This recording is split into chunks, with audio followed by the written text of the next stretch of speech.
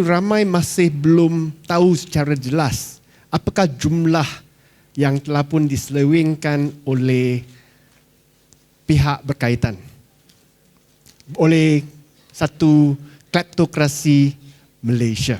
Apakah jumlahnya yang diselewengkan?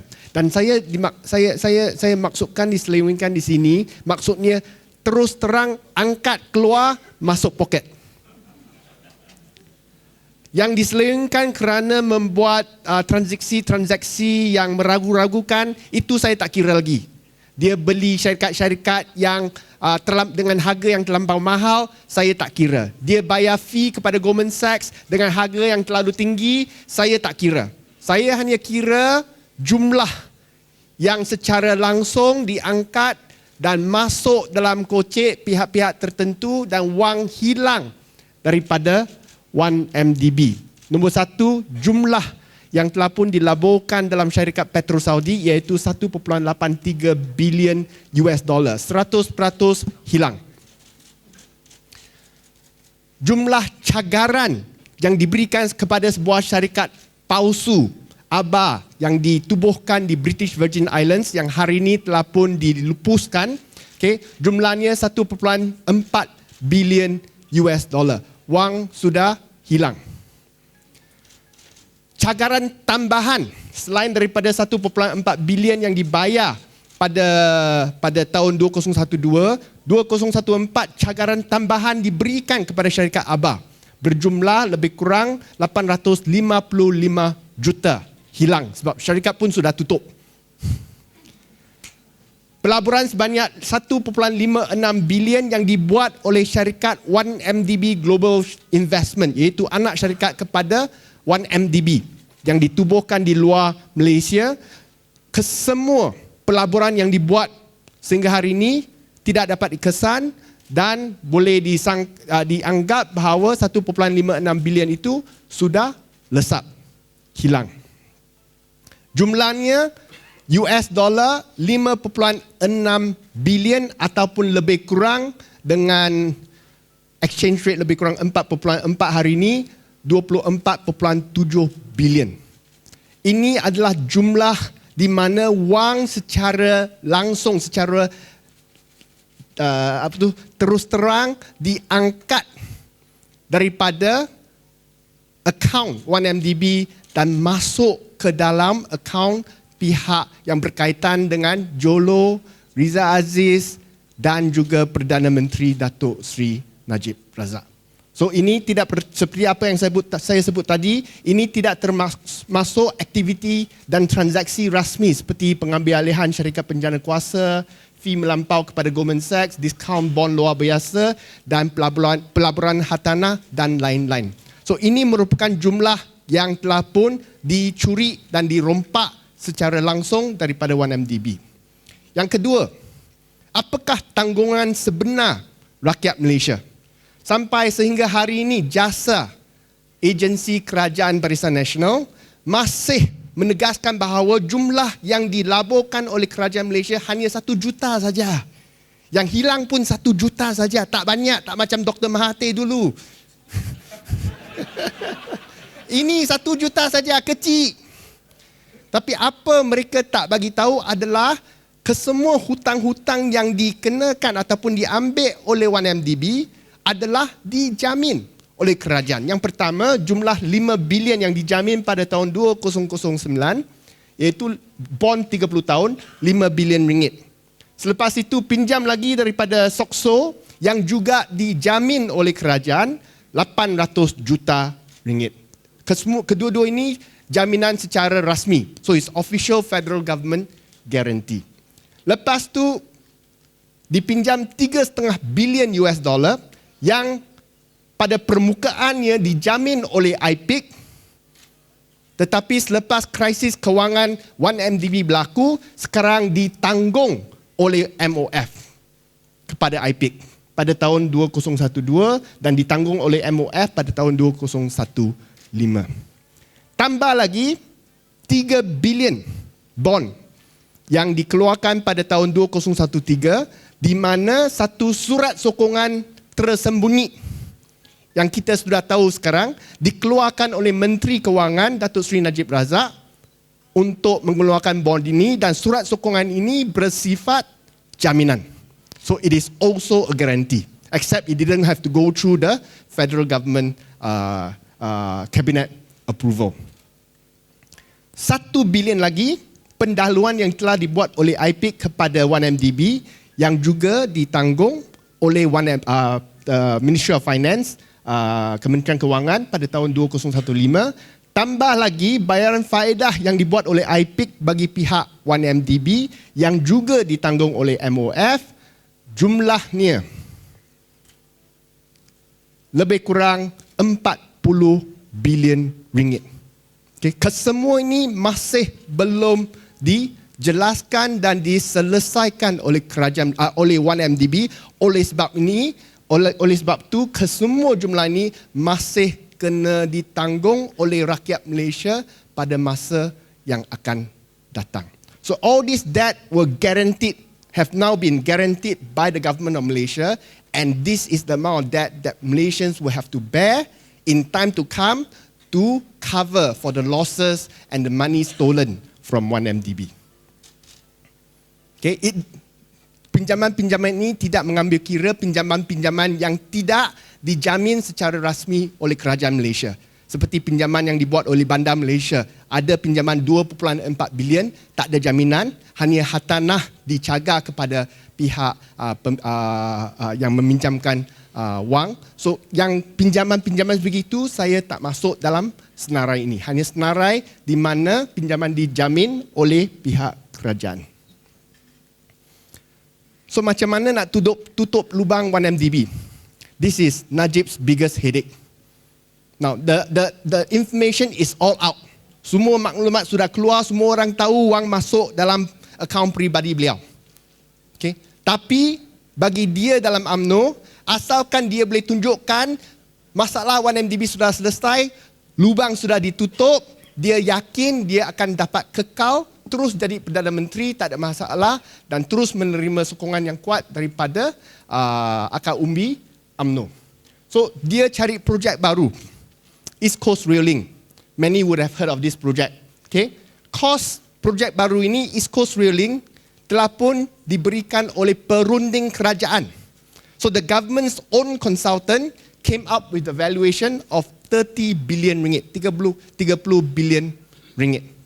Tapi kontrak ditawar kepada syarikat China, China Communications and Construction Company, dengan nilai 55 billion ringgit. No tender, no negotiations, awarded to CCCC. Okay, C4 also. So what to do with the balance?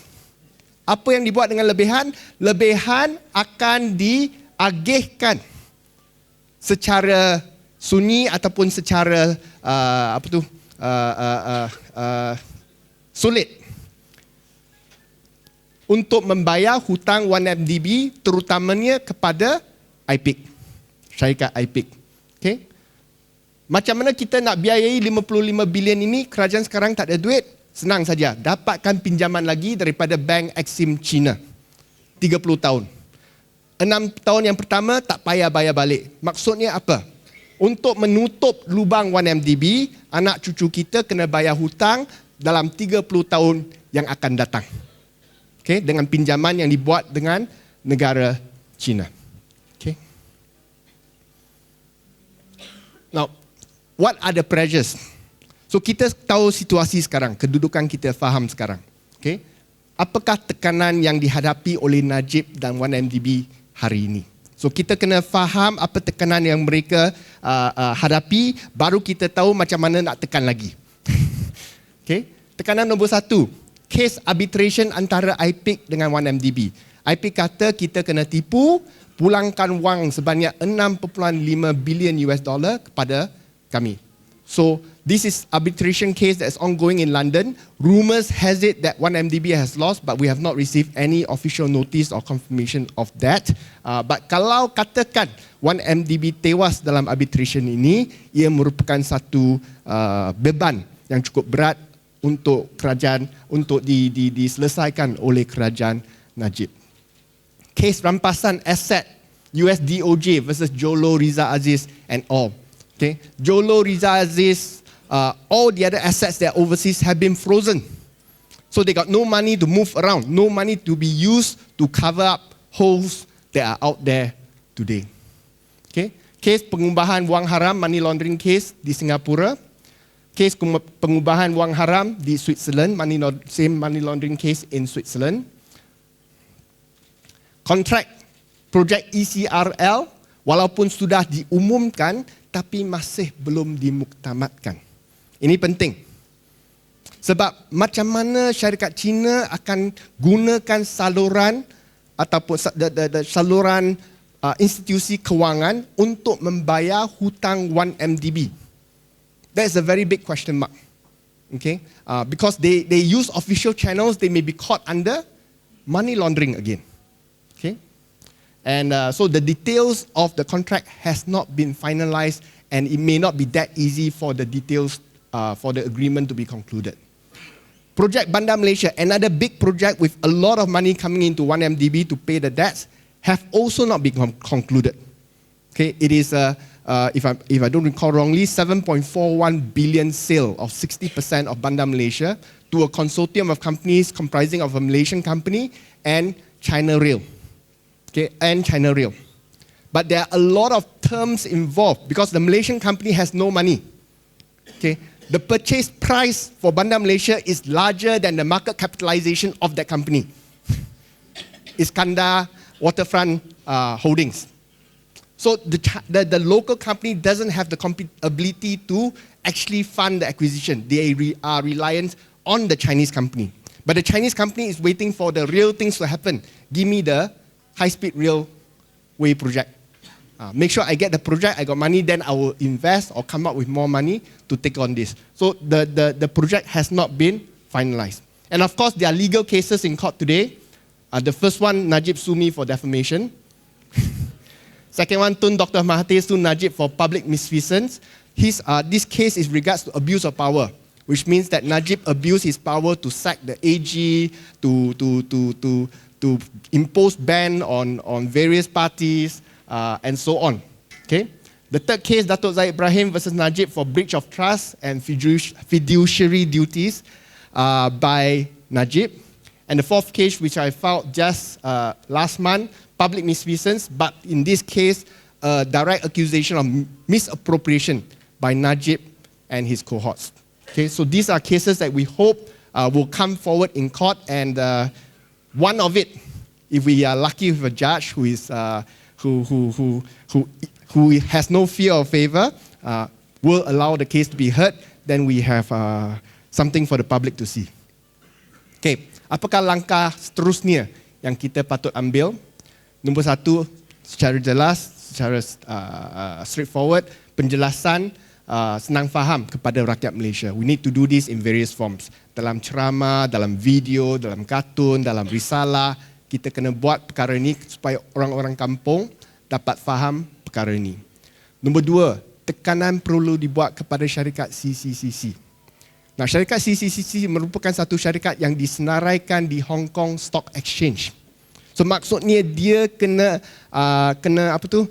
akur kepada regulation tertentu stock exchange, di mana mereka tidak dibenarkan untuk melampaui undang-undang dan lain-lain. Okay, so this is something we have to act to ensure that they won't transfer money illegally via alternative channels to pay for 1MDB debt.